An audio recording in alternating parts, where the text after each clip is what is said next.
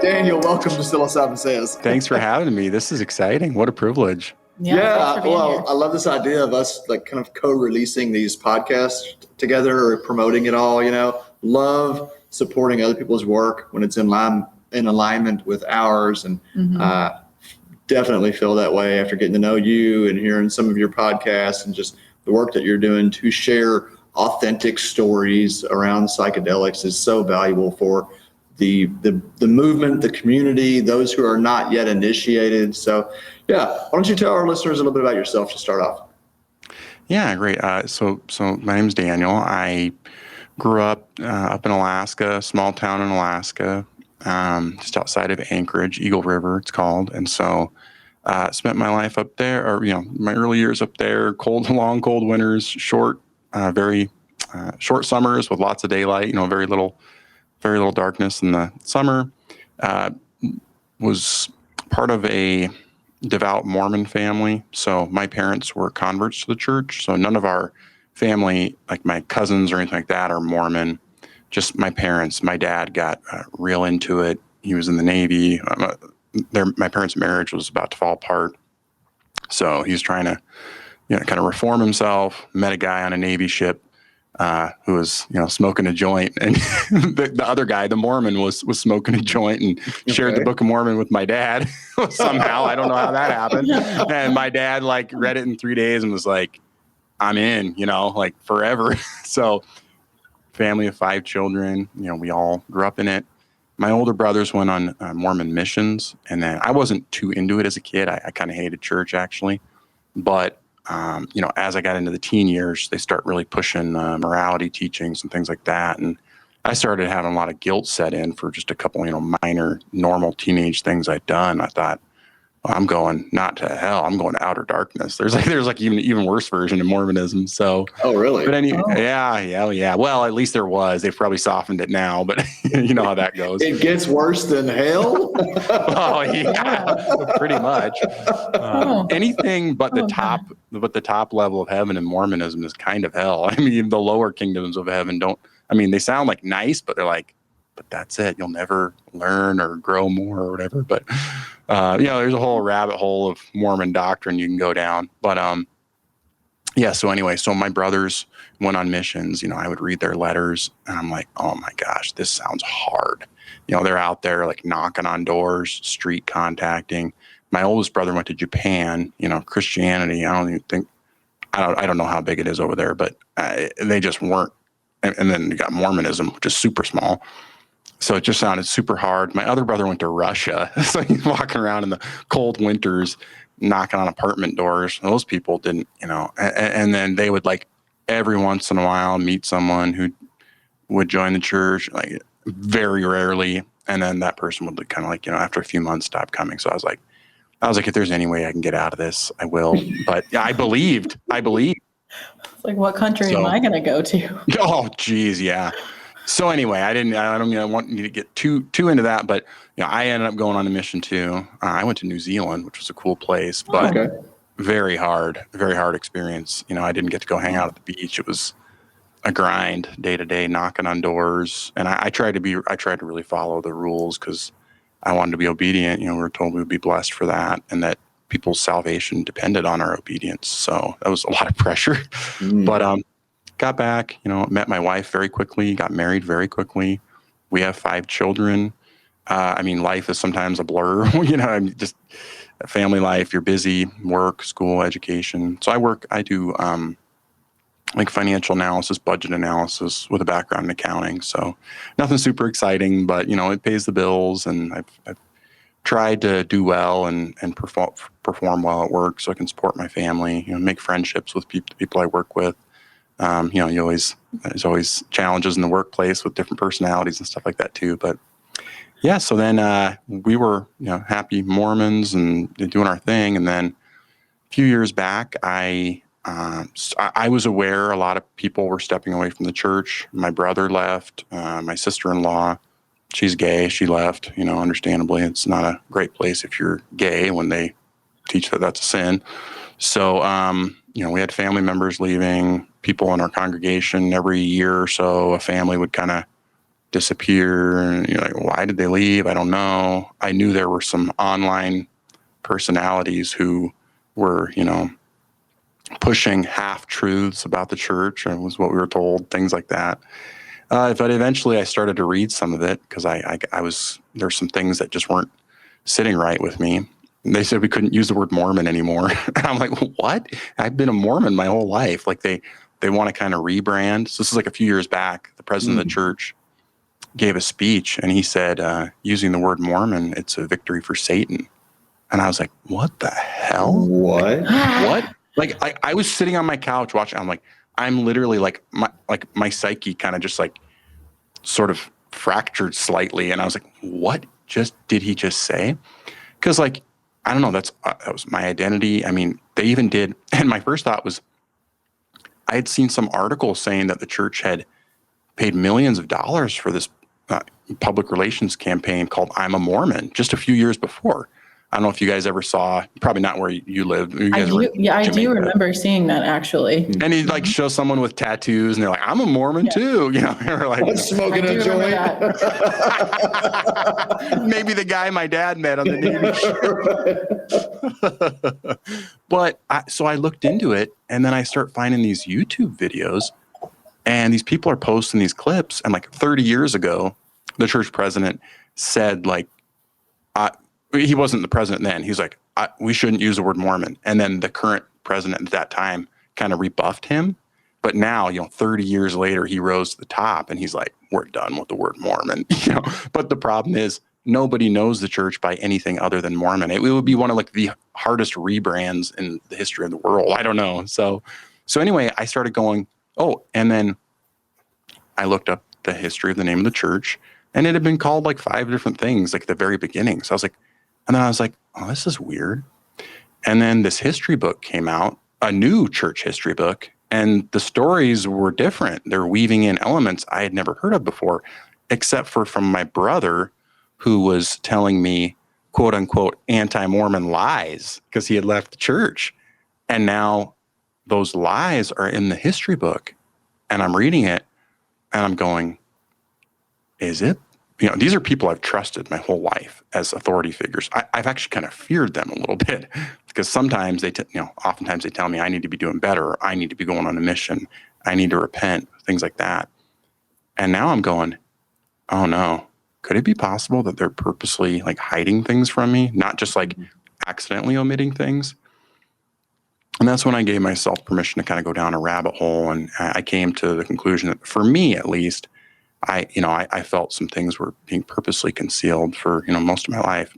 It's just kind of hard now with the internet. They can't really keep a lid on things, but, and other people can come to different conclusions. I don't want to, I don't want every other Mormon out there to think, oh, you need to leave the church too. Because it's an important part of people's lives. It's their community. It's their way to connect spiritually to, a higher power or with other people, things like that. So, so I kind of went down that rabbit hole. And then I eventually came across this essay by some people, this one doctor, who's like a physician, and then some other guy who's just kind of like an independent, liked researching history. And they were theorizing that like entheogenic substances or like psychedelics, like ergot derived stuff, LSD type substances were being used in early sacraments by Joseph Smith. And I'm just like, my jaw kind of dropped and I'm like, wait a second. Because they were pointing out how early on, there's all these visions and, angelic appearances. God is appearing to Joseph Smith at the dedication of this Kirtland temple. Angels are appearing above the temple. And I read this stuff growing up thinking, I wish I could see that. It'd be so cool to just know for sure that this all happened, or just to be able to interact with an angel, I mean, how cool would that be? At least that's what I thought. But this essay was talking about how, because the stuff I read was very,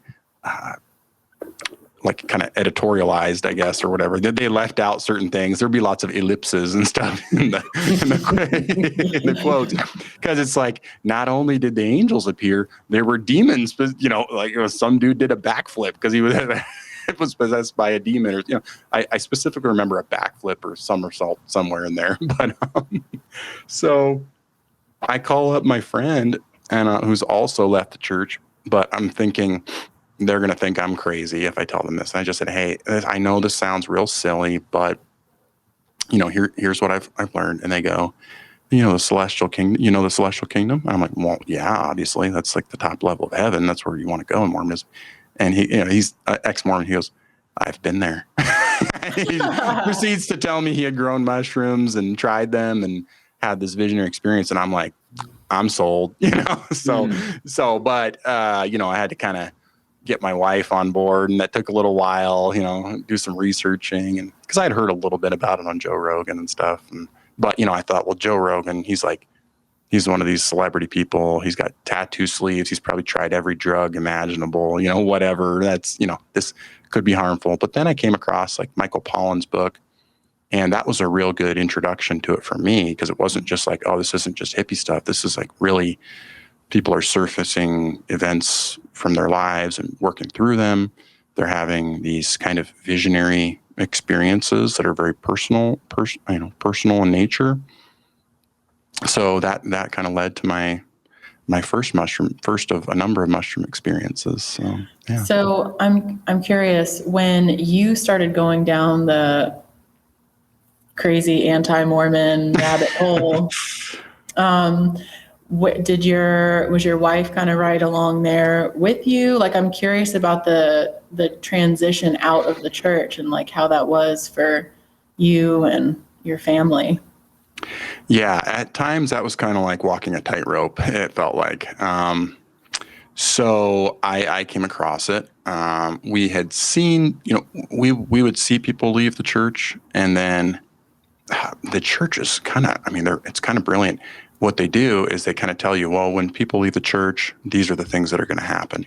They're going to be angry. They're going to want to party, do all this stuff. Well, yeah, of course, a lot of people were angry and they did party and things like that. And so we'd see that, and, you don't really want that to happen to you. And the church kind of, you don't want to be like the evil person or whatever, Right.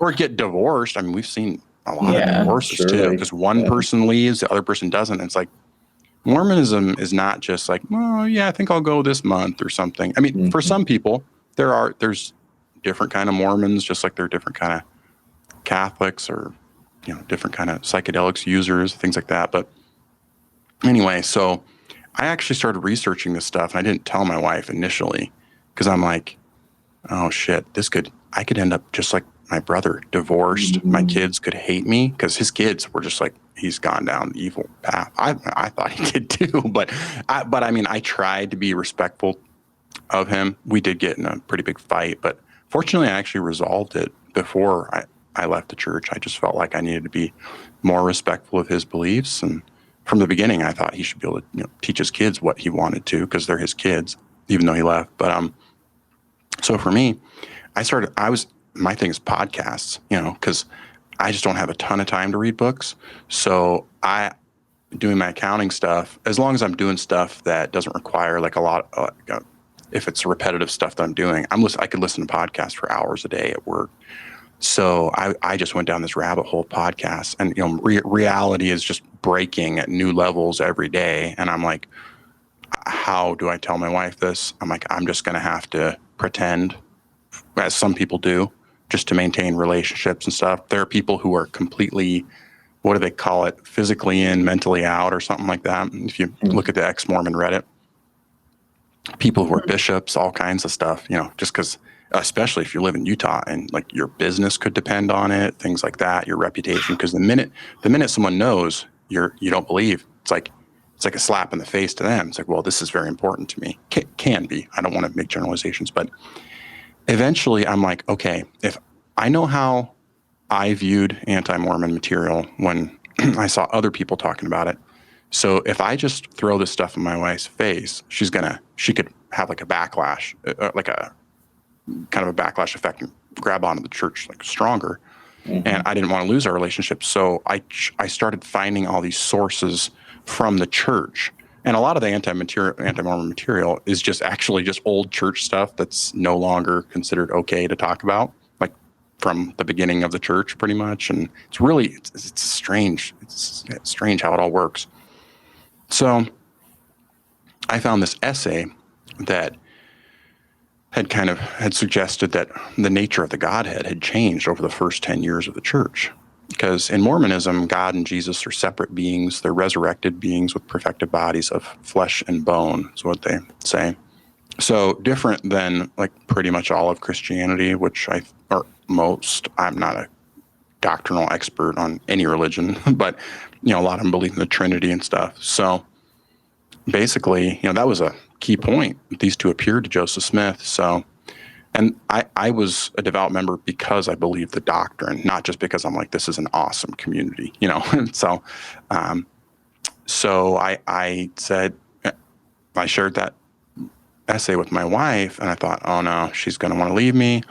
And as she's listening to it, I'm getting to the part about the Godhead, and I'm getting real nervous. But the way this guy lays it out, he does it real well.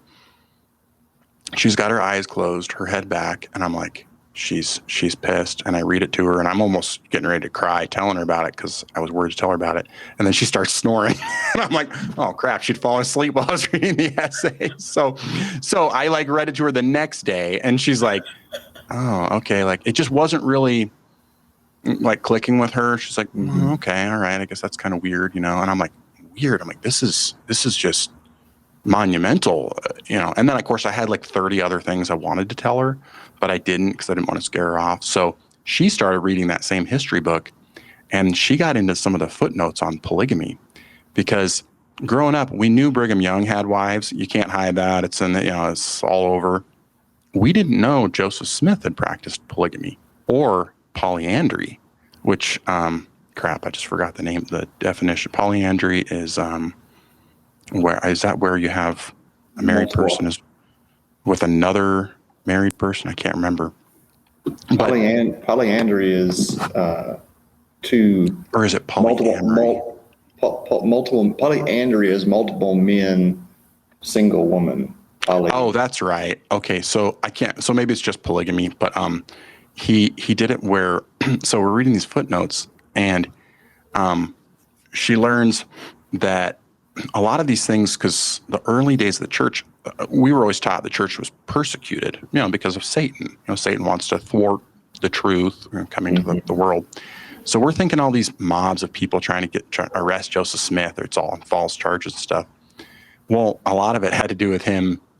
Just like people were mad because he was trying to propose marriage to their young daughter, who, when he was already married, the parents didn't know, things like that. He would do it all in secret, these secret polygamous marriages. And then what he did do is he sent some men overseas, secretly had a polygamous marriage with their wives while they were gone. And it's like, whoa, shit, like this is. So she got into that, and she never liked polygamy anyway, because there's this weird thing where the church never denounced it. They said they had to, they had to like stop it because the law, or they got some revelation conveniently after the United States government threatened to shut them down or something. It always seems to happen that way.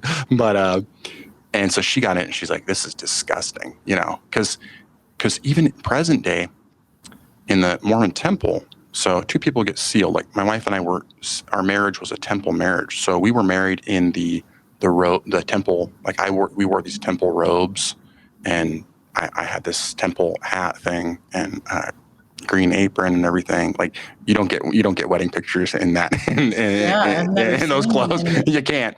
Well, you can look it up online. Just Mormon temple clothing. It's interesting. It's actually similar to a lot of the some of the Freemasonry clothing.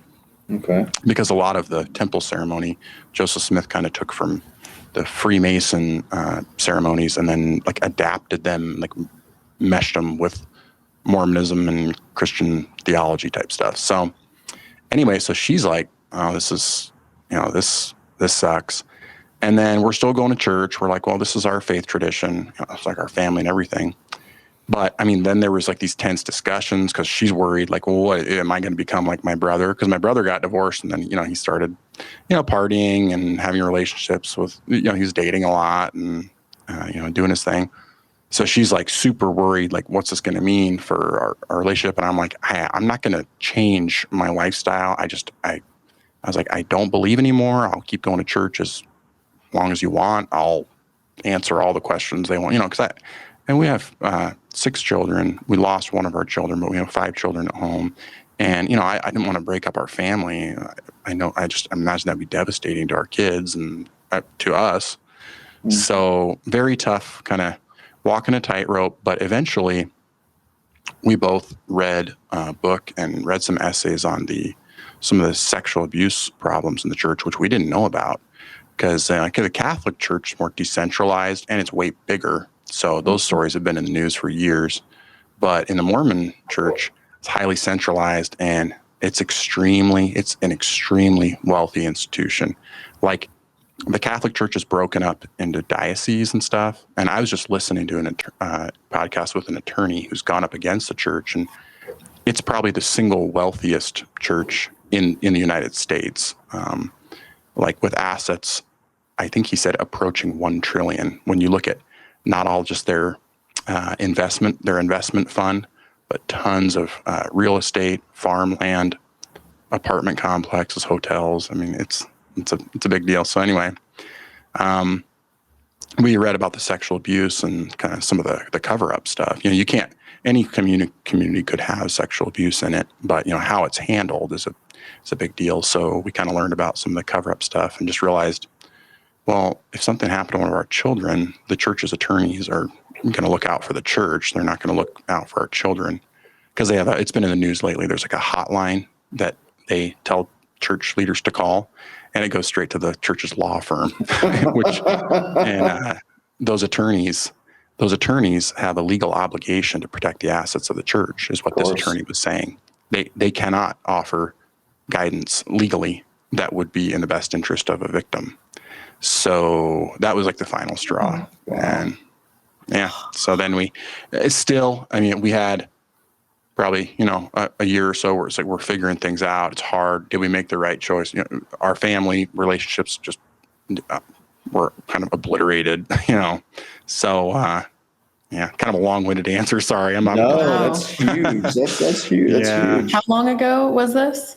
So it was like the fall of 2018 is when I started really digging in. And then by like the spring of 2019, we stopped. So it's been stopped going. So it's been over 3 years, but I think, it's been a process, and we're kind of each finding ourselves and finding our own identity, but also, maintaining our family identity and relationships and trying to nurture those. So, I couldn't say that my wife and I have like the same belief system, even. Like, sometimes we don't know what we exactly what we believe or have this firm. And I'm kind of like, well, that's okay. It's kind of nice to just keep an open mind. I mean, I think it's nice for people who want a sort of a strict belief system to have that. It's fine. But then for me, I just kind of enjoyed having this more inquisitive approach and going, well, what about that? What about this? Interesting idea here or there. So when you first engaged with psilocybin, how did this life experience turn up, if at all, within that? Oh, well, lots. Yeah. So I thought, well, this would be really cool to have a vision. Actually,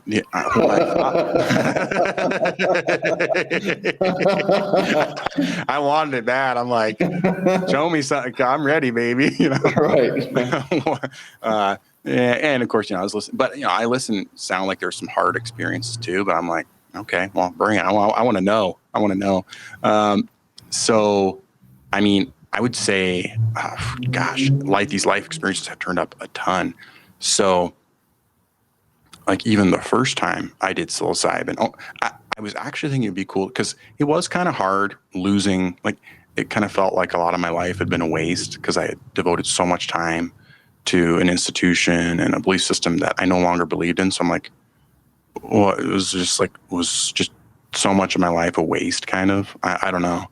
And then psilocybin and other psychedelics have really helped me to come to a point where I'm like, no, actually it's part of this school of life that I'm in and that I'm learning from.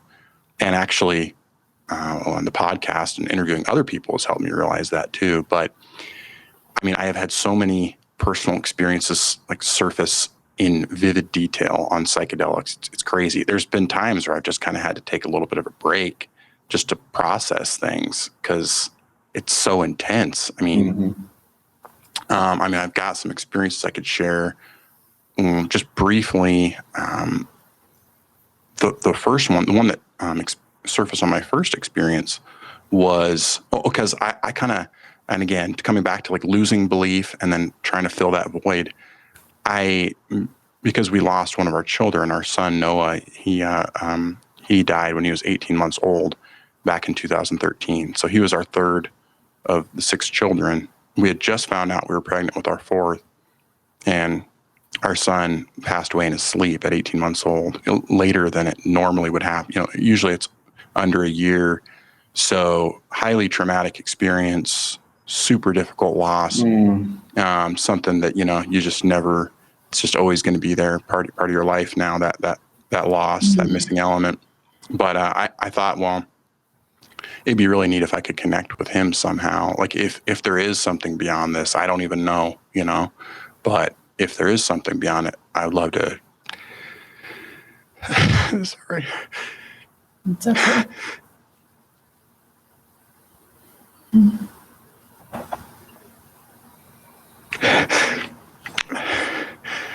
I just wanted to communicate with him.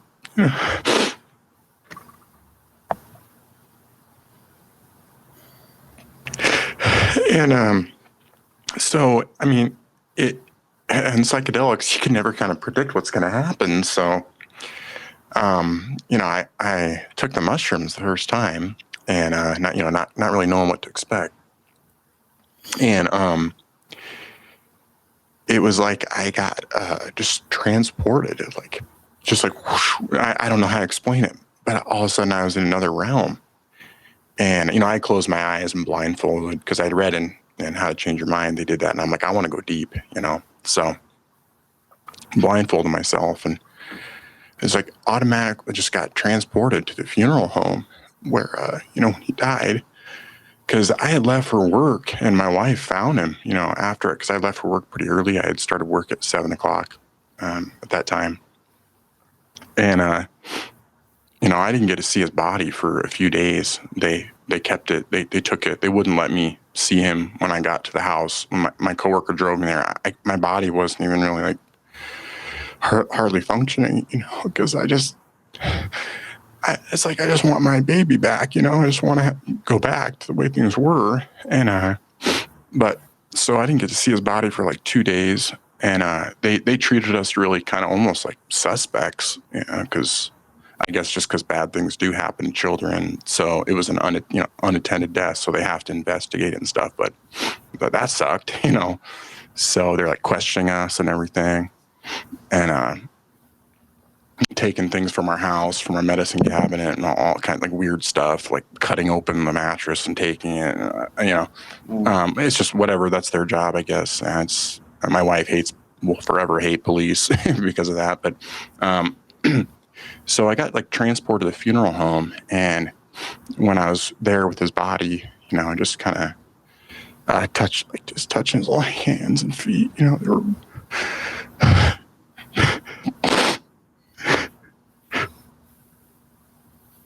Just cold to the touch, didn't have that warmth and that he had when he was alive. But it was actually an important experience for me because I realized that, whatever it was that animated his body, that was, I felt like that was his spirit. That's what I understood it to be, because that's what I was taught. And so I still call it that. But that, energy, I know you guys kind of talk about energies and things. So,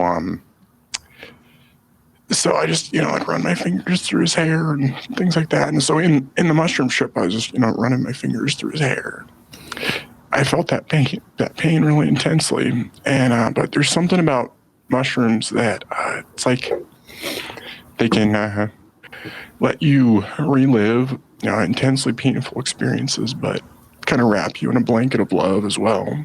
And, so it wasn't what I was expecting. I kind of wanted to communicate with him or see him or something, but I did. I saw his little body, and it was a reminder of that experience. And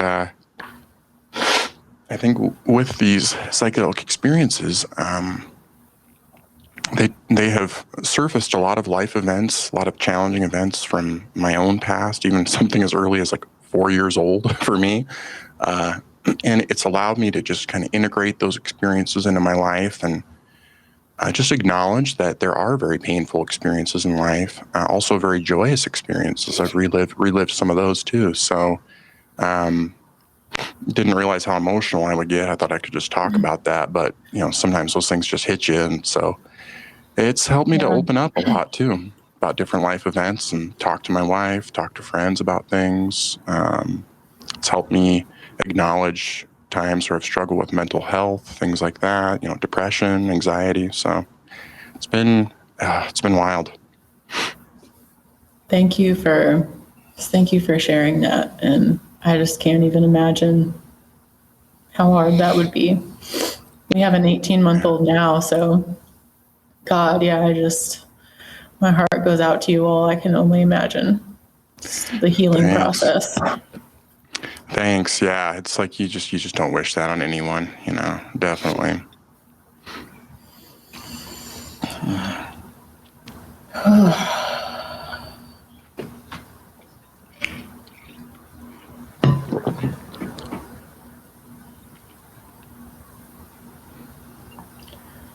Yeah, just taking a moment to feel that. Yeah, I don't know. I don't know how something like that can not always hurt. I don't know how. It does. We make sure he's part of our life. He's still part of our life, part of our family. So one of the things we do is on the anniversary of his death, that's in February of each year, we we try to do something thoughtful with him, watch some home videos, things like that. We love, thank goodness we had gotten smartphones, just around the time he was born, because we got some really fun home videos. What a sweet little guy. Just a lot of fun. So it's nice to try to focus on feelings of gratitude. Sometimes you just need to feel the pain, and with time, so you're not feeling that intense pain like all the time every day, just because you have to go about life and work and got children to raise and have experiences with. But yeah, how has that experience impacted your, not your worldview, but just your perspective and your engagement with life and with the children that are still here? Yeah. Well, it had an immediate effect. Definitely. I realized, at the time, I think I was a financial analyst. At the time, I wanted to advance in my career and, move into upper management, earn more money, support my family, hopefully have like a comfortable living, get into a house, things like that, which, those things have happened. But I definitely kind of put the brakes on things. And what was most important was just, quality time with family, getting home for dinner every night with my kids, being able to read books to them, or, some of my kids, they like having a little back scratch before bed.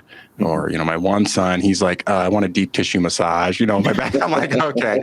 So, they all have different personalities, and I like that. I want them to be unique and different. They don't need to have the same hobbies as me. They don't need to, my oldest son's really into gaming, and so I try to encourage him with that. He's starting his own podcast where he's interviewing his buddies, and they tell stories about the first video game they played, and blah blah blah, that kind of stuff. So, yeah, it's affected everything, I think. And we're real open with it. My oldest two, they have some memories of that day too. My wife, it was, she called me on the phone that day from the, I could hardly understand what she was saying. It was the most terrifying sound that I heard on the phone. My oldest two were right there, and they thought they heard her screaming, and they thought she was joking about something. And then she brought Noah out, and his body had become stiff, and the blood had settled, in his face, because he was just lying down on his stomach. And, they just, like, they just got on their knees and were praying because, we taught them our religion very well. They're just praying to bring Noah back, and so, definitely. So can I ask a question? So, Yeah. Where was this? Remind us where this was in the timeline of you leaving the church. Oh, so this was a while ago. This was 2013 when he died. So he died. Then our fourth child was born in October. So we literally just got pregnant, and we actually were living in Denver at the time. We moved out to Las Vegas just before for a different job, just before our fourth child was born, and then we had 2 more children. So it's a real busy period from 2013 to then 2018 when we started leaving the church. And his loss really complicated our leaving the church too, because when I came to my wife to say, like, I don't really believe the church is what it claims it is. Well, that has direct ties to our family and our understanding of the afterlife and being with our son again. Right. So, and that affects all of our family, who looks to us as an example of someone who has faith even through a difficult circumstance, or through our church community, who also heard that story and heard us talk about our hope for living the kind of life that we could be with him again. So this was all very complicated. That's kind of what I was wondering. Yeah. How the interface there.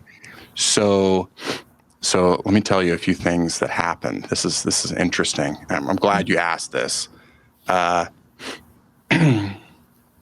Lots of emotions, lots of anger, lots of argument. I mean, things just blew up. So my mom would say things like, well, just think of your eternal family. When she heard we were leaving the church, like hinting, like, remember Noah, remember your son. Like, shit, okay. So you're going to throw that at me. And, my sister, she's like, well, we all know the doctrine, and so my brother-in-law said that. My other brother-in-law was like, oh, wish we got to you sooner, things like that. So not all of it was directed towards our son, but probably the worst one for me, because I'm not as sensitive to this stuff now. I think actually with time and with psychedelics, I've kind of gained some strength and kind of looked inside more for my own self-worth, as opposed to looking to extended family or even immediate family. I've had to kind of find myself. My wife is finding herself. Each of our kids are. But just before we left for good, I had really tried. When we did leave, I tried to maintain good relationships with family, because I wanted them to know we were decent people. We still had family values, things like that. I kind of wanted to prove myself to them. Well, that didn't really matter. I kind of helped. It kind of worked. But something that was real hard is I was having these things surface, these past events, things around Noah. Not just that. We could do a whole episode on my Mormon mission, because that was a wild experience. I told you, it was high pressure. It wasn't just like go out and like, we're going to preach the word and, we're all happy. It was kind of like being part of a sales organization. Like, we had to record our numbers and blah, blah, blah. And then there's all these speeches about, it's all on you. If you're not obedient, people are going to approach you in the next life and tell you that they could have had the gospel sooner if it weren't for your disobedience and stuff like that. And these things really got internalized into me. Some missionaries didn't care. They just went swimming at the beach anyway. But I'm jealous of them now. New Zealand would have been, these one guys, they went spear fishing and stuff. It was like, they had a great time. But so as we're leaving, all this stuff is surfacing. I confronted my parents, because I was like, you pushed me out on a mission, and I had real bad depression. You knew I had struggled with some depression in high school. You pushed me out there, pressured me to stay, especially my dad, because he wanted to brag about having 3 sons serve missions and blah, blah, blah. And he's someone who struggled with his own mental health. So it's like, and I was supportive of him getting out of situations that affected his mental health negatively, but he wanted me to finish a mission. So I stayed, and it took a toll on me. But as I was leaving, I was real pissed at him and his response, so I confronted them about these things. And when you confront people about things you're upset about the past, you don't get the response you want. It can kind of make things worse. So he said something like, well, you have a good life, so, and I'm like, oh, all right. Okay. So now I'm just going to, I was just so angry. But I said to him on the phone, I said, it's real hard being friends with you when I know you don't think I'm going to be with my son again. And, with Noah. And he said, oh, well, that can be taken care of with some temple work, because I don't know if you're aware, but in Mormon temples, you go, the first time you go for your own ordinance, salvation related ordinances. So in Mormonism, you're baptized, you receive the gift of the Holy Ghost after that, which is called confirmation.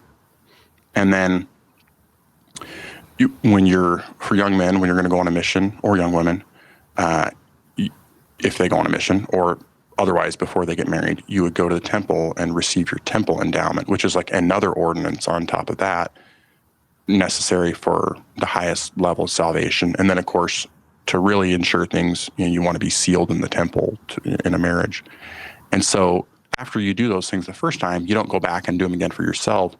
You do them for deceased relatives. And that's a controversial issue outside of Mormonism. I don't think a lot of people like that, particularly like I know in the news a few years back, the Jewish community, because people were baptizing the names of like Holocaust, people who died in the Holocaust and stuff, and their families didn't like that, or they were doing the baptisms for them.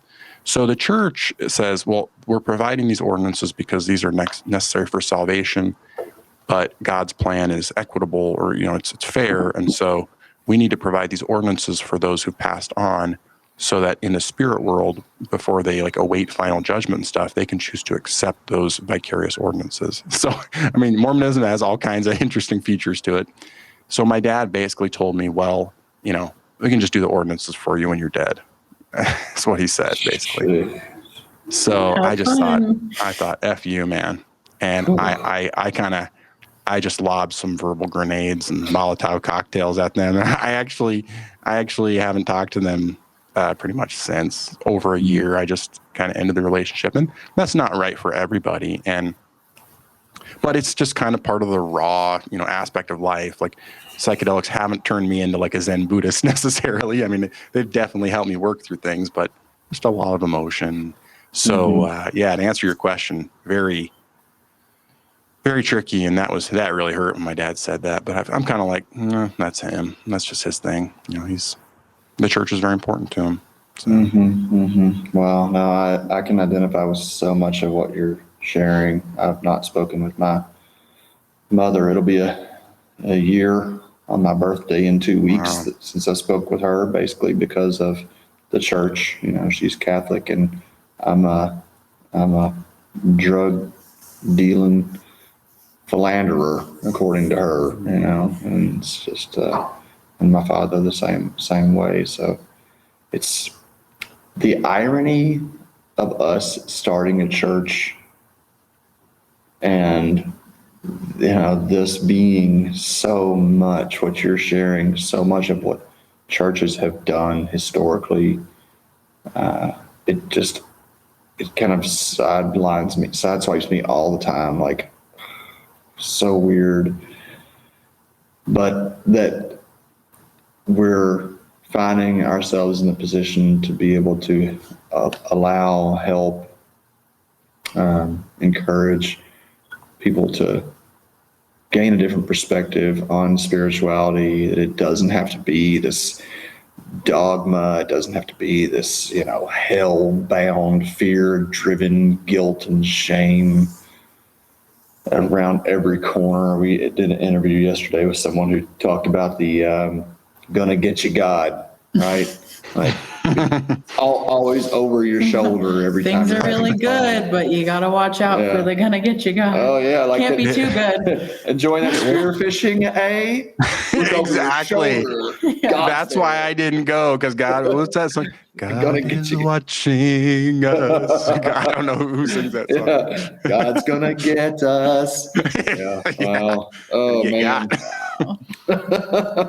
My goodness, man, what a journey you have been on. I had no idea we were getting into this kind of a conversation. I mean, I didn't either, actually.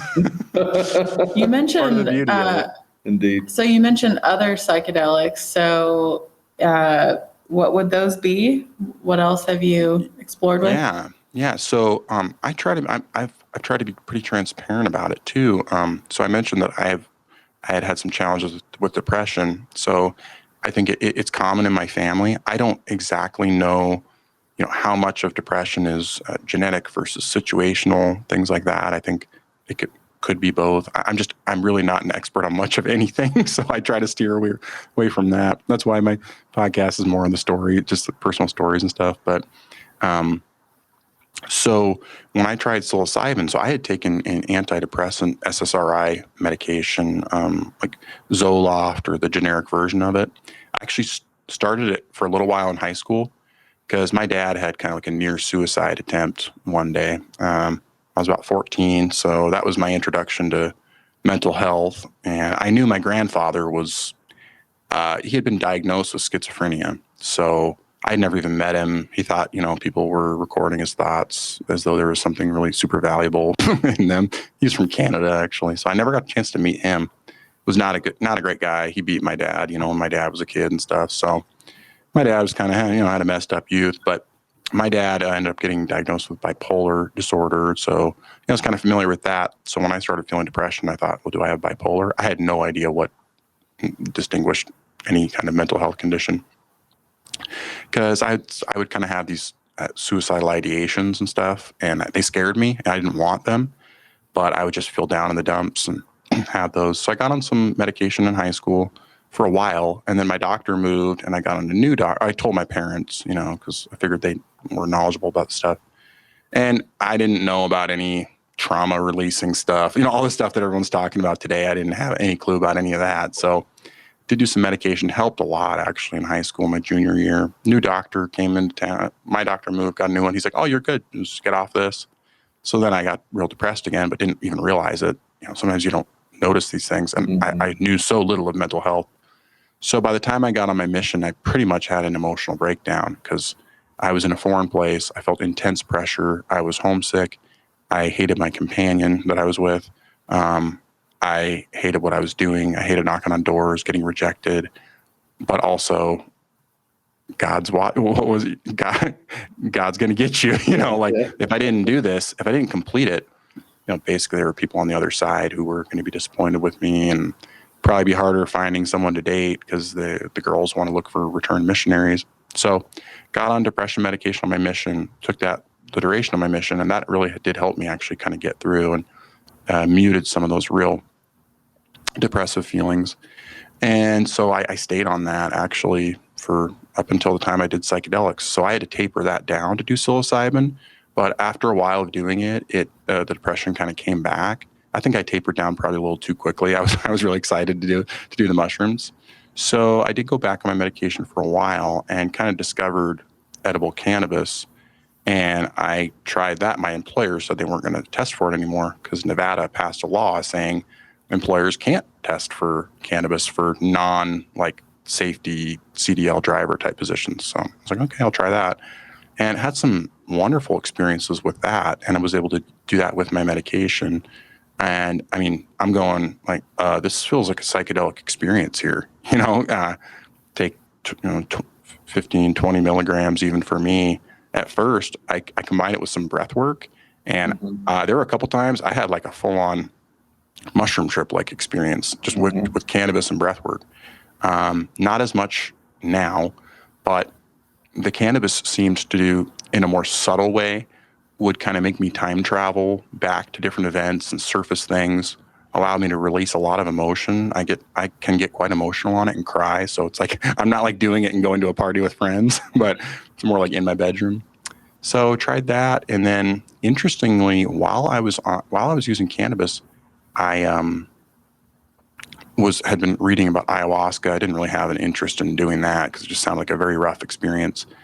But on cannabis, had these sort of, visions, hallucinations, whatever you want to call them. I kind of like vision because it could have meaning. It kind of has meaning and just that tied to religion. So felt this strong urge to try ayahuasca, actually, and ended up researching how to brew it and make it super easy. You can like make it in a crock pot. I was like telling my brother, we need to go to the Amazon. I was ready to go to the Amazon jungle. I'm like, how am I going to get my wife to be okay with me not only spending this money, but then being away from home for a week and then coming back? She's going to be pissed. She's going to be like, here, take the kids, but so then I realized, you could order the ingredients legally. So I did that, as whatever dyes that can be used as dyes. So ended up, but that also required not being on an SSRI. So then I stepped it down as, and this could be like a public service announcement too, like a warning message as well, as some psychedelic experiences are. So I needed to step that down again, let my wife know, okay, I got to do this. I got to try the ayahuasca. Felt like led to it while using the cannabis. So did step that down again and did that probably over about a 6-month period in 2020. 2020 was mushrooms, and then like 2021 was like ayahuasca the first half of the year. Like first half of 2020 was mushrooms, second half was like cannabis, and then the beginning of the first half of 2021 was ayahuasca. Had some wild experiences with that. Very profound experiences. Again, traveling back to different childhood memories. I had like at one time, my grandfather actually appeared to me at the end of my bed. My eyes were closed, but I could see my room like somehow with my eyes closed. And my grandfather appeared to me, and he was very important to me. He died when I was 4 years old. So that was like my first experience with death. He appeared to me, and I loved the man. He had imperfections. He was very racist and stuff. I learned about that later because of World War II, and he was racist against Japanese, which was the whole thing. War is unfortunate. Mm-hmm. But to me, he was very loving. He always let me, and physical touch is very important to me. Like I love getting hugged, giving my kids hugs, and I love cuddling with my wife, or hugs, kisses, things like that. It's just all very important to me. It's always been important to me. My parents weren't really like physical touch kind of love. They provided a very nice living for us, a nice life for us. But I would just crawl up in his lap as a little boy. We'd take naps together. I've got a picture of me sleeping with my grandpa, and I didn't even remember the sound of his voice, but I just remember being around my grandpa, down in this small town in Alaska that he lived in. And so he appeared to me, and I haven't really told anyone this before, but he said, he was just very loving, and he said, sing your song, Daniel. And I was like, what? I don't know that. I was like, well, thank you, Grandpa. But I didn't really even understand what that meant, because I've always had a fear of singing. So like I would have actually dreams that I was in church up at the pulpit singing and didn't know how to, because I don't know how to sing. So I don't even fully understand the meaning of that yet, but it was very important to me. I suppose it could mean many things. To sing your song could mean to express yourself in a number of ways. I'm not exactly sure. I don't think I'm going to be on the billboard. But then after that, this was on ayahuasca. So he appeared, and then it transitioned, and it was probably one of two of the most difficult ayahuasca experiences I had. And I kind of descended into this like abyss of remembering and surfacing all this depression I felt as a young person. And I thought, oh no, I do not want to feel this. I do not want to go back to these memories.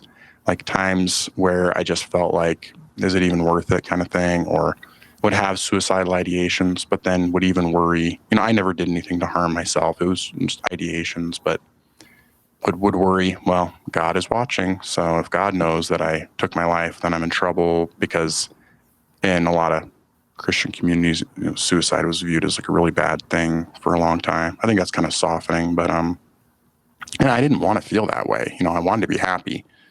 So went through these really painful experiences. And then towards the end of that experience, again, it was like I would get transported to different scenes of life. I got transported back to a scene, and some of the stuff, I hadn't really thought about it since it happened. I was like transported back to my parents' living room as a 4-year-old. And I was playing in this front little room. There's a big window in the living room. I'm just playing on the floor right there. My grandpa was in town visiting, because he lived about 3 hours away in a smaller, like seaside town, really fun town called Seward, Alaska, and we lived in Eagle River. And I hear my mom say, "Daddy." She was called him Daddy. She's like, "Daddy, Daddy," and she comes over to him, and he's starting to slump over. And I just remember like looking like, "Oh no, Grandpa," but I was 4, so that's like all I remember. But it was, he had a stroke. And the next thing was I was in the hospital in Seward, and, he was kind of unconscious, and I cuddled with him on the bed. And then like after that, I just remember my uncle coming in. It was like these just like kind of snapshots, and my uncle opening the door in my grandparents' house to the upstairs and he was crying, telling me and my cousins, "Daddy died," So, I mean, psychedelics have surfaced some of the most challenging experiences of my life. And I do want to say I'm very fortunate for people around me who've been understanding and loving as I've kind of worked through, because it gets surfaced and then those emotions are real raw for me. They can be raw for quite a while. So it's nice to have friends to talk about it with, and then also to take breaks as needed, if needed, just to kind of integrate things and live life and also just enjoy day-to-day life. So yeah, so those are some of the main ones. I did smoke DMT one time. I'm just not really good. I'm not a very talented smoker, to be honest.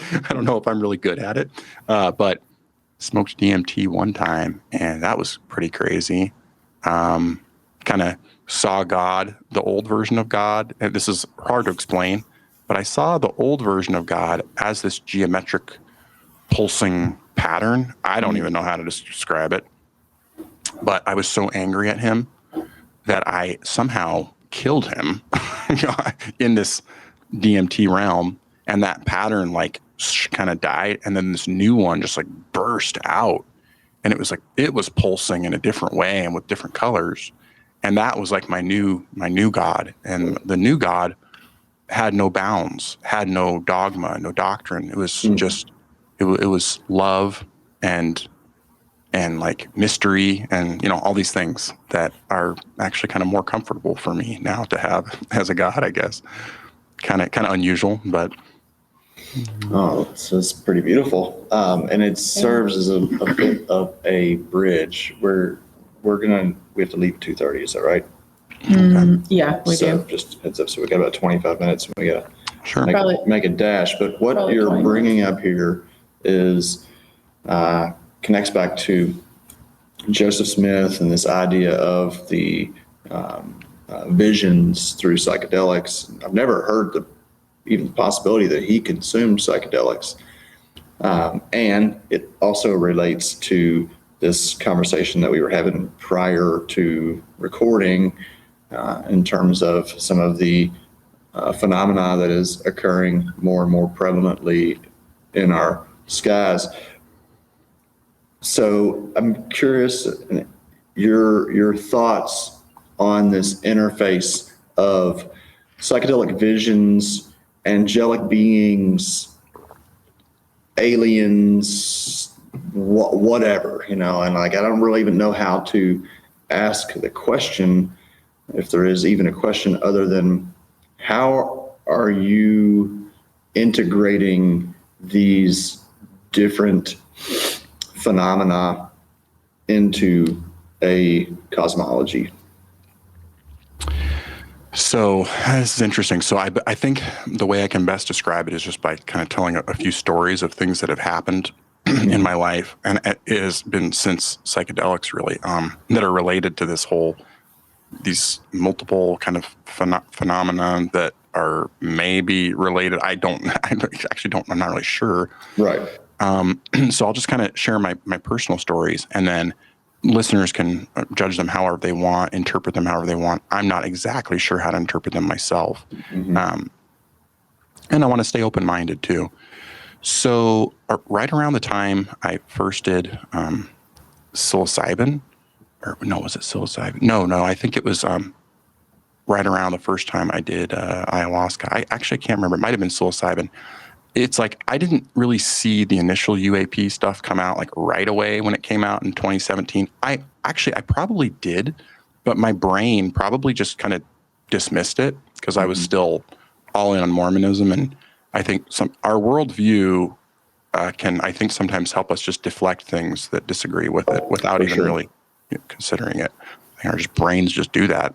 Mm-hmm. So I'm like, what is this? Whatever. Yeah, some grainy black and white video. Yeah, somebody these days. These days, I mean, it's like somebody could create something way more convincing with some graphics software or something, So, but then right around, I think it was 2020. Yeah, because it was right during COVID is when they started in the news. They really started talking more about it. And we had just watched E.T. with our kids because we were kind of trying to show them some of these 80s videos. And I'm like, oh, hey, guys, here's this alien one, E.T., And then, like, shortly after that, I see they're talking about UAPs. And I tell the family, I'm like, what? So they telling me E.T.'s real or something? I'm like, what is this? I don't get this. This is just, I grew up just thinking this is science fiction. So then one of my ayahuasca experiences, towards the end of it, because ayahuasca, I feel like mushrooms more consistently get you into that mushroom space or realm. Ayahuasca, sometimes depending on the dosage, it's hard to measure the DMT. If you vomit before it really crosses the blood, the blood barrier or whatever of the gut, then you can have a lighter experience. Well, this one time, I threw up so hard in the bath. Like I tried to make it to the bathroom, and I just got to the bathtub, and I vomited so hard that I was like trying to like call out for help, but I couldn't. And after that, I just like kind of shook my head because I was like, oh, like trying to just get this out of my system, like stuff was on my mouth. I started shaking my head, and I like broke through into this some kind of DMT realm. These colors just like, the most vivid thing ever. And right in front of me is this gray alien. And I'm like, what the hell is this? I'm like, so far, these psychedelics have shown me like personal things, interesting things. And here I'm like, maybe sometimes it just shows you random things from your mind. I don't know. So I had that happen. I didn't tell anyone about it. This is with your eyes closed? Closed. Yeah, okay. Closed. I mean, I was just in the bathroom. I just like closed my eyes and shook my head. And then it was like, my third eye open, I guess. Regular eyes closed, third eye open, something like that. And again, it just felt like, I'm not going to tell anyone about this. This is they'll just think this is really stupid. Mm-hmm. So I didn't. But then right after that, all these weird things started happening. Like we saw this show called The Phenomenon, I think on Netflix. And we watched it, and it was just very common sense approach. I think this James Fox guy, he was on Joe Rogan. He talked about it. Mm-hmm. He talked about these children in Africa, like Zimbabwe or something. Yeah. Mm-hmm. They all shared the same experiences, drew these pictures and things. Mm-hmm. They start talking about that there's a couple, I forget their name, Betty and Barney Hill, things. And I'm going, this is like, so I find myself going now, I'd gone down the Mormon rabbit hole, then I went down the psychedelics rabbit hole. Now I'm going down the alien rabbit hole. I'm like, oh my God, another rabbit hole? Like this is a natural progression. I would say that's as one would expect, right? Yeah, 1, 2, 3, easy. So I start, studying all things aliens. And to my surprise, my wife and kids are kind of like, oh, this is interesting too. So we're all kind of going, huh? Maybe, because we're more open-minded. And, my son, he's like, I think Jesus was an alien, like an ultra terrestrial. He's starting to, he's coming up with ideas. He loves it. He's trying to tell his friends about aliens. He's like, well, have you heard about this? And they're like, a lot of them are like Protestant Christians and stuff. They're in this homeschool group. So it's like a variety of people. And they're like, oh, no, that can't be possible. But, and then I started coming across this, some podcasts where people talked about having experiences with like orbs and stuff, seeing orbs and these things. So I'm like, what is that? And like I read about, listened to this guy, Chris Bledsoe, who has a very kind of wild story. And I didn't know if I believed it, but I'm like, then I'm looking at his Instagram and he's like posting videos of these like orbs. And then I found this other guy that commented on his that showed some real vivid images of these orbs. And again, it's like, someone could look at it and go, nah, not very impressive. Or even if it was, they could be like, it's like CGI or like, oh, that's a satellite. But then some of them would kind of change directions and stuff. So I ended up having a really weird experience one night. And again, listeners can judge this however they want. It could be just some weird, I don't know, anomaly, something like that. But basically, I'm out in my backyard. I'm just kind of looking at the stars. I kind of enjoy doing that in the summer out here in Vegas, when the skies are clear, just laying out there and listening to music or whatever, looking at the stars. And I started noticing this, like I saw what looked like, at first I thought it was a satellite, but then it kind of flashed and then moved and then like changed directions and then faded away. Kind of looked like a star. So I'm like, well, what the hell is that? I don't know. Kind of like, and I'm a little worried to tell anyone because I don't want them to think I'm crazy. And then actually, so I haven't told this to really anyone outside my family, just because I figured people would think I'm crazy, but whatever, I guess. So, and then one night I'm out there and I felt this like warm static feeling kind of on my arm, like really warm, like very unmistakable. Kind of felt like a presence, honestly. And I don't remember. I don't think I was on anything, and just had this kind of weird experience there. And then later that night, or the next night, like one of our trash cans, or out in the back. I was out in the backyard. My kids were watching TV, and one of our trash cans that was full moved like 10 feet across the patio, and my kids heard it. Our dog started barking. I heard it. They come out and we're all like, what the hell just happened? And so that was kind of weird. It wasn't, it was like, there's a little breeze, but I don't think that trash can could move that far, so kind of weird. And then we started having my wife started hearing these weird sounds in our house at night and like things crashing, and then you go and there's nothing there. So it happened for a little while, just some weird stuff. My daughter said she was hearing scratching sounds under her bed, which I'm like, oh crap, so some weird things. I can't explain them. I don't know what they mean, anything like that. Most of those kind of subsided, but we've had a few experiences. Like my son, who's 6, was like, guys, come here. He was in the backyard. This was in broad daylight, kind of in the evening, and we look out, and I sent you some videos of this. It was I didn't do a good job. I was watching it, and I was just holding my phone in my hand, and my phone would drift away because I was just watching my eyes. But he's like, those things flashed at me, and I look up, and it's like these like black spheres. There was a series of them and just hanging in the air, and there was like a cluster of them, and I zoomed in on them, and they appeared to be like circling each other. And, but again, so I posted it on Instagram, Facebook, and was like, hey, what do you guys think? And I got some interesting messages from people who were like, I'm a believer. They're like, this is like, there's something going on here. And then other people were like, well, it looks like a drone or, whatever, which is totally cool. I don't know. And then also saw one time we're at a park, a pretty busy park, and I'm like, Eli, what is that? Look up in the sky and see this like silverish looking thing. And I zoom in on my camera, and it looked like a blob. I thought, is that a balloon, like a weather balloon? But I looked up weather balloons after, and they usually look pretty like tight. Like the aluminums or the whatever, the foil or whatever is like pretty expanded. This one was kind of like morphing and moving a little bit.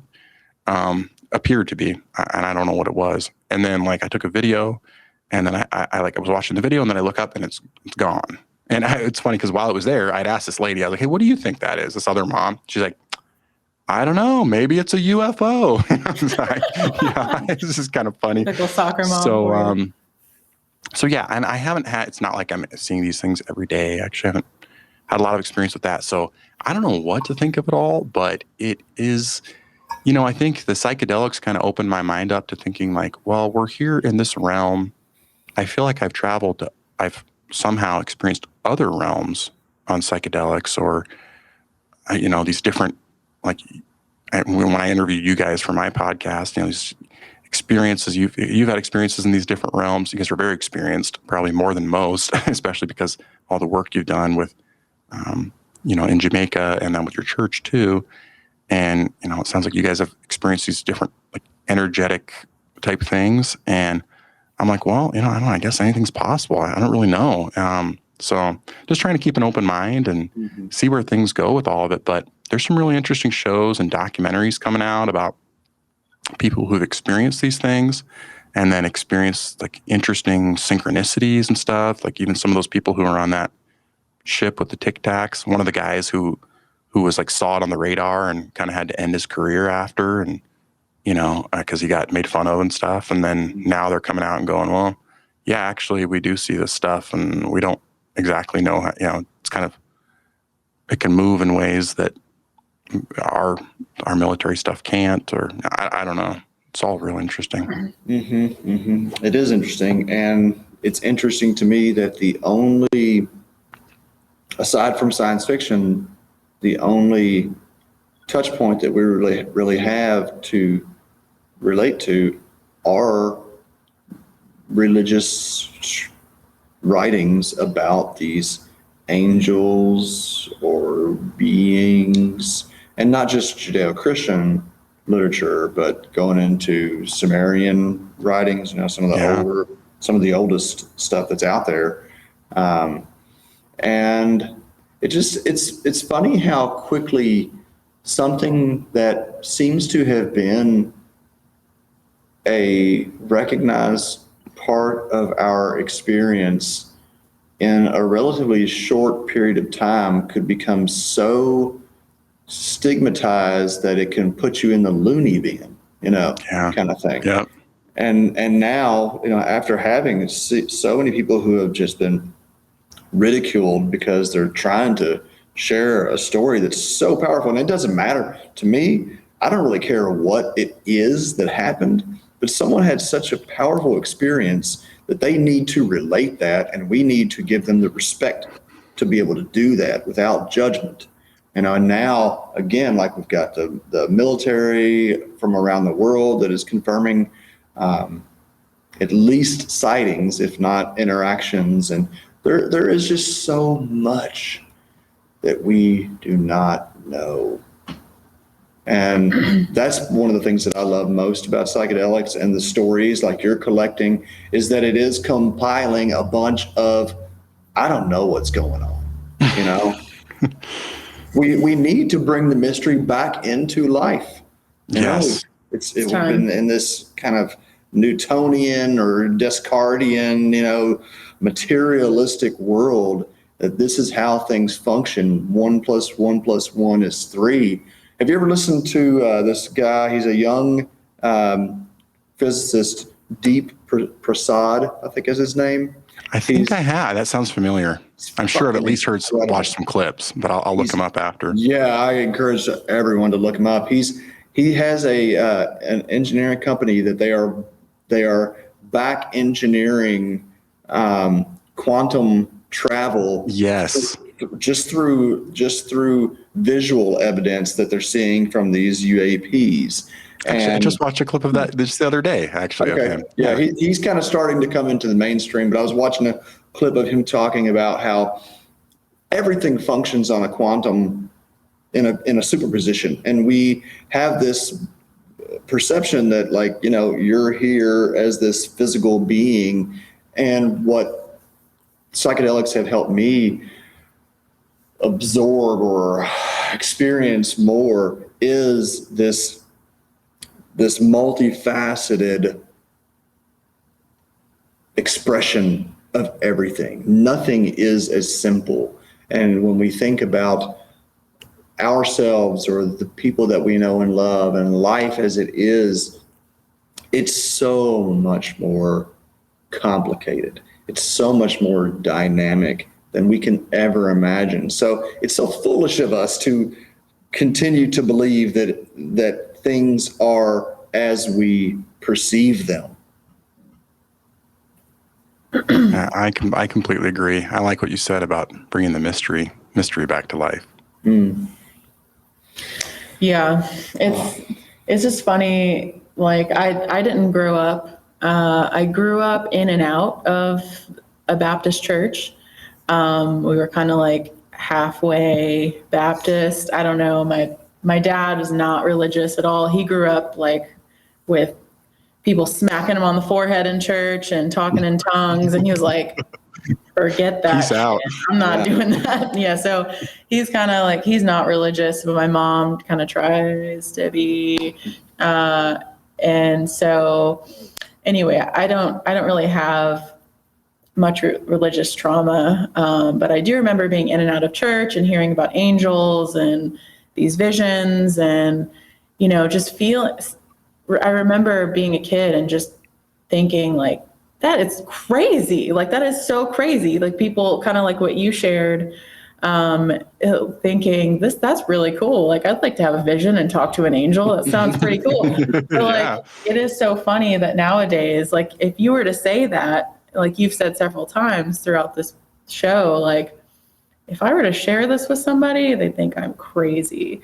But that's what the majority of our society who's practicing some religion that's based in someone having a vision and seeing extraterrestrials or whatever, angel, whatever you want to call them. Isaiah, the prophet, in the biblical prophet Isaiah it's just a pure drug, like psychedelic alien weirdness. It's just, like, don't you realize your religion is based in people talking to aliens? But you're not a prophet. Well, that's, after I did psychedelics, I'm like, oh, now I understand these texts better. All these, I'm like, I get it now. Or not I get it, but like, oh, I have a different perspective now. Okay. Yeah. Oh, yeah. Oh, Daniel, man, I hate to cut this conversation, man. This is wonderful. Really we're going to have to have you back on, man. This is great. Definitely. Let's do it again. I mean, this has been so much fun. Thank you so much for having me on. And again, for allowing me to share some unusual stuff without judgment and just being able to chat about this stuff. I love your guys' podcast. It's awesome. I'm really glad you're doing one together because you kind of get to know the host when you're listening to a podcast to some degree. And so, Eric, I kind of felt like I got to know you back when you did Psilocybin Chronicles. And then when you started your new one, I'm like, oh, this is great. I didn't even know who Courtney was. I didn't even know you guys were married at first. I thought you just like worked together at the church and I'm like, oh, okay, they're married. Like, oh, this is awesome. Yeah. So really enjoy your guys' podcast. Thank you. Yeah. Well, we want people to see that psychedelics can be a part of a healthy family. Yeah. They absolutely can. And we didn't even talk about whether or not your wife's had any experiences with psychedelics or not. She has actually. Yeah. Okay. She's had some very powerful experiences and actually just recently said, I think I might be ready to do ayahuasca again soon. So she's done mushrooms, ayahuasca, and edible cannabis as well. She on edible cannabis, she can trip out. It's like a good mushroom trip every time for her, basically. So well, maybe we can do a couples that'd be cool. interview sometime. That would be fun. We'll have to get her on. Yeah. She'll be nervous, but I think she might be more willing to do it with me too. Because she gets real emotional talking about, I guess I got real emotional too, but talking about some of the stuff because she also relived our son's death and hers was, even she found him, so, but that'd be fun to do a couples podcast. Yeah. Well, that's another awesome thing about the show and interviewing like this is for the people listening, that can be really healing. Like hearing emotion, that's something that we don't get to do a lot in our culture. And it's good. It's good to release it. Share. Yeah. I also want to just express gratitude for you relating that cannabis is a psychedelic. Yeah. Because we have just normalized it to some extent, or it's not even the normalization of it. It is how we have brought it into the culture is like alcohol and like other common substances. And cannabis is such a powerful substance, especially when used as an edible. So I appreciate you bringing that into the conversation. And just want to encourage our listeners to go out and check out Daniel's podcast, Psychedelic Stories. He's got a growing list of stories related to the psychedelic experience. Courtney and I each did a separate interview with him and look forward to sharing those with you all. And just look forward to another conversation with you, Daniel. Sounds good. Yeah. Thanks, Courtney and Eric. Oh, wait. We almost forgot our question. Uh-oh, good one. Oh, I was preparing for this. I was preparing for this. Yeah, Forgot about it. So what does psilocybin say to you? Lately it's said, I think you're ready. I think you're ready to come back and visit the mushroom space again. So I cannot confirm nor deny whether there is mycelium growing in my closet. All right. No Great. judgment either way. Exactly. There you go. None from here. All right, Daniel. All right. Thank you so much again, and look forward to talking with you more.